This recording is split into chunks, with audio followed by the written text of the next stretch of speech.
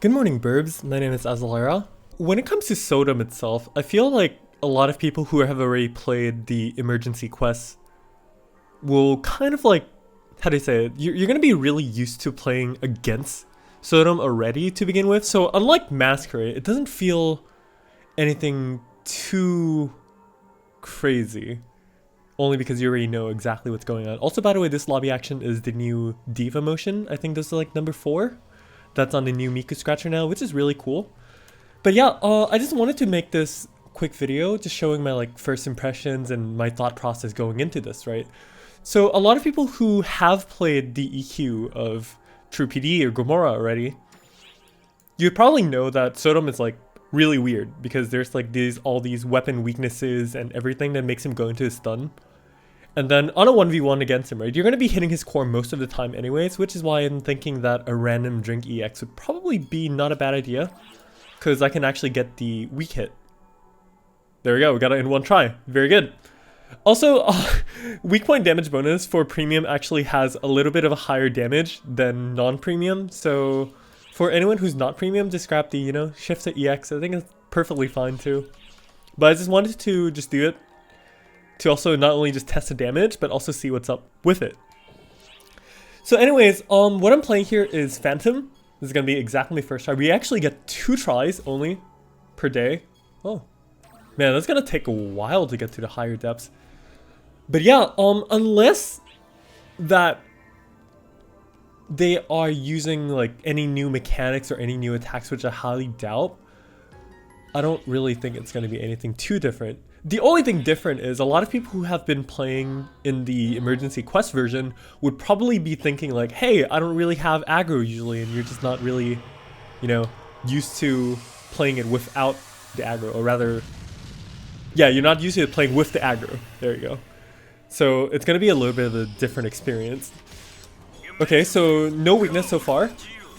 Most of the fight, you're probably just going to be seeing me spam Ogrons like this because it's the easy way out. Unless there are some parts where it's inaccessible just like that, just use Grant and it is perfect. Wait, ice weakness? Okay, so that's interesting. I guess they're doing it just like the Divide quest where the weaknesses is actually based on elements instead, which makes it a lot easier for caster classes like this. Just make sure you do a lot of counters, do a lot of damage here and there, and just pop it in. Boom, boom. I'm gonna try to see the threshold. Since it's a solo, I don't think it will be that high, so I'm just going to spam Rabarda here. Because Rabarda is really, really good for applying these status chances. I don't know if status actually have anything, but also Rabarda is really good at applying the Phantom Marker. Damage, not so much though. Maybe we can try a little bit of Ilbarda. 6, 7... Was that 1 million damage? Not sure if it's worth it though, because 1 Ilgrant is like 300... Okay. Yeah. Oh, there's the proc. Wait, that proc wasn't from the weapon weakness though. It's really weird. No, sorry, elemental weakness.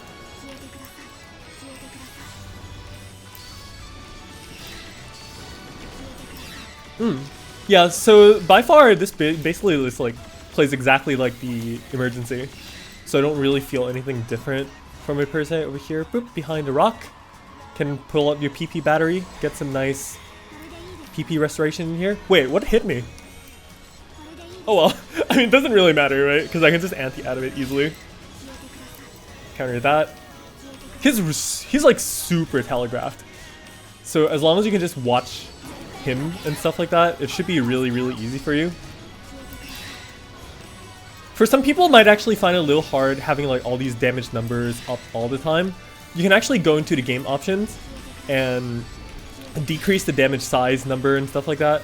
So it can be a lot less distracting and whatnot. He does have plenty of health though, I think, so usually. We'll have to see if it actually like how far this is gonna go, I'm expecting probably like a 4-5 minute kill, assuming that he doesn't have like too much health on the lower depths. Cause, oh, I mistimed that. But we're definitely going to have a lot higher health pool for him in the later stages. Say like in the future where we get to like, I don't know, depth 30, 40, 50, 60, etc, etc. This is going to be significantly higher in terms of his health threshold.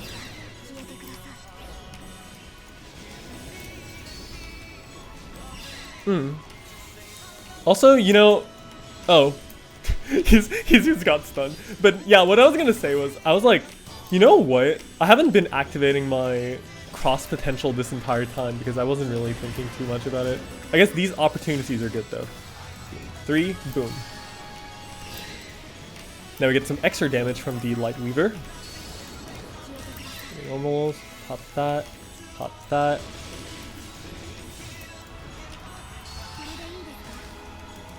Oh, what the? I got baited. I did not expect it to come that direction because we were fighting him like over there, you know? So I expected it to be from the other direction. Didn't realize he would teleport across the map like that. I should probably pop Phantom time. Oh, never mind. I guess he just disappears like, okay. I mean, I literally just popped Phantom time, but there you go. Offensive Intent 2, S1, which is very nice. Offensive Intent 2 here is a really, really good one because, right, it's actually an S1 that's 4%. Kind of like, you know, how the Augment Intent where you have like 8 affixes is 4%. They're preparing for a release of Offensive Intent, no, sorry, Augment Intent 2, which is going to be 6% at max. So that's why this is actually a really, really good alternative and cheap option. I believe it is a guaranteed if you actually like do Dep 1. So that's a very, very good option for you to like see, hey, this is something that can definitely be used, you know, because it is a 4% S1 and you don't want to spend like 40 million or something on Augment Intent right now. Let's go the second round. Let's actually go the second round. I wasn't really paying too much attention for that round, to be honest, but now we can actually use the shift to drink, right? And then we're gonna compare results in terms of damage.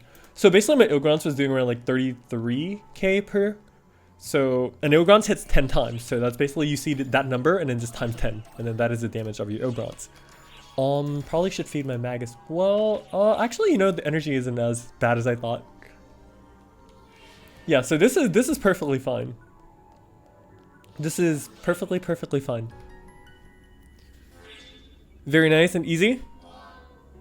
Yeah, so anyways, just to conclude from the first one, is just that if you're really used to fighting Sodam, honestly, you probably won't even need to think too much about it because his attacks and everything, like I said, are super telegraphed. And then you can kind of just like predict a lot of things, and it seems my damage is a little lower than weak hit. But yeah, for non-premium, you're definitely going to be around exactly the same damage. You don't have to worry about that one at all.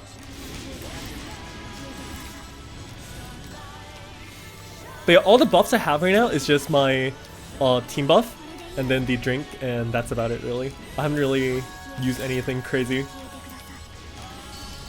No timed units either, by the way. This is just pure organic damage. Yeah, so Shifta is slightly weaker than the premium weak. Not a big problem. Once again, he just does that flail. You just keep countering, because countering for Phantom is very useful in gaining your Phantom time. Gauge, that is. Wonder if I should do that twice instead, so I can get more gear gain. Oh, oops. Okay, it doesn't seem like he does a lot of damage, at least like not in this depth, right? Because Masquerade in the early depths are also kind of like a joke too. When he's on phase transitions, really easy to activate the cross potential.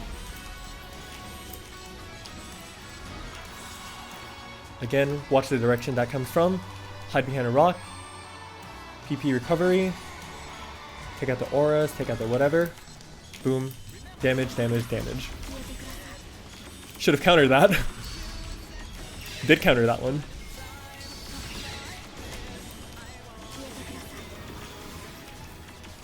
did not counter that one.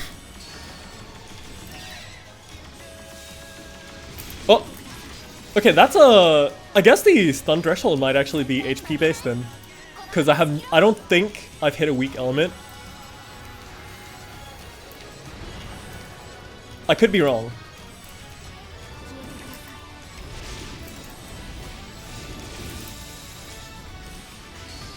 Oh yeah, now he has the ice weakness. Let me compare damage too.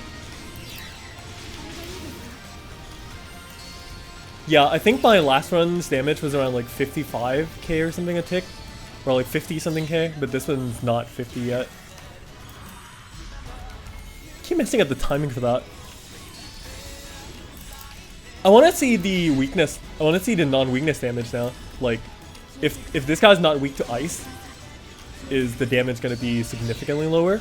Or what's the deal, right? Well, I mean, it's probably not like a huge jump or anything like that, because I'm pretty sure that the bonus is just like pretty minimal.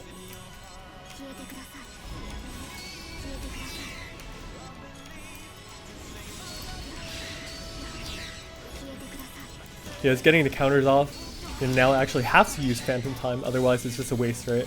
Oh, there's another stun.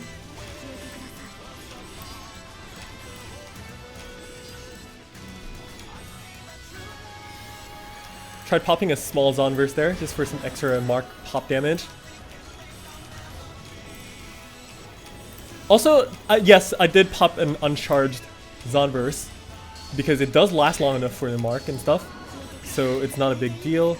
Just like that. Boom, boom, and dead. Oh, that was actually faster than the first one. And also I completely forgot to pop Phantom Time as well because commentary. But yeah, solo Sodam's pretty comfortable. Like, I feel like he doesn't really have a big threat to you unless like the later depths really change up something, you know. Also nice Vulcan egg. I probably should check like these units if they drop anything significant. Let's see. So Darkness Soul Mitra Glare. Wait, Mitra Glare? Okay, I would expect like a Shiva Glare or something. Varna Glare. And then this one's a Mitra Glare. Okay, so basically it drops like just the Photon Glare stuff. But yeah, you have only 2 runs per day. So I don't know yet what's like the super substantial thing or anything that really drops from it. But you do get some Demo Stones, which is nice. Some people may need that for the like the Ayer weapons and stuff. And I also know there will be titles, right? Like titles from the title counter and everything. Like, game don't crash please. Yeah.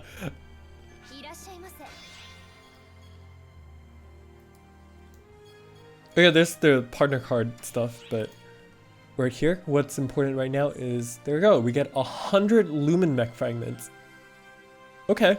I mean, yeah, not really the most useful thing, but I'll also take these because free titles. And last thing before I sign off is that this is the Thanksgiving event, which is kind of like ported from PSO2 Global, which is super cool, except we have the super big turkey instead. This is very... I don't know. I think it's cool. We just get a nice giant turkey. Wait, you can jump in the hole? No, you can't. It's blocked. But yeah, at least you can jump on this, which is nice. Can probably play with some like roasting lobby action. CLA fire dance. There we go. We burned that. Hello friendship. But yeah, I guess you can just sit on there if you want to just like play merry-go-round or something. That's pretty cool. Oh my god, that's a lot of Mikus. Yeah, I guess that's just what happens when the Hatsune Miku collab comes with the small Miku suit. Look at that, isn't that awesome?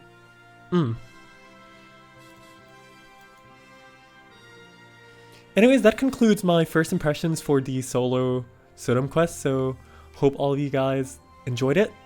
I'm not sure if I should do more of these kinds of like first impressions-ish commentary, because I feel like, I don't know, might be a little bit disorganized compared to the usual guides and whatnot I do, but I mean, if you guys enjoy it, then I'll probably try to do more. Nothing wrong with doing that, right? So, yeah, I'll leave these Mikus here just to have fun. And anyways, I will see you all on the next video. I'm not entirely sure which one it's gonna be yet, but yeah, take care of yourself and don't forget to smile. I'll see you all later.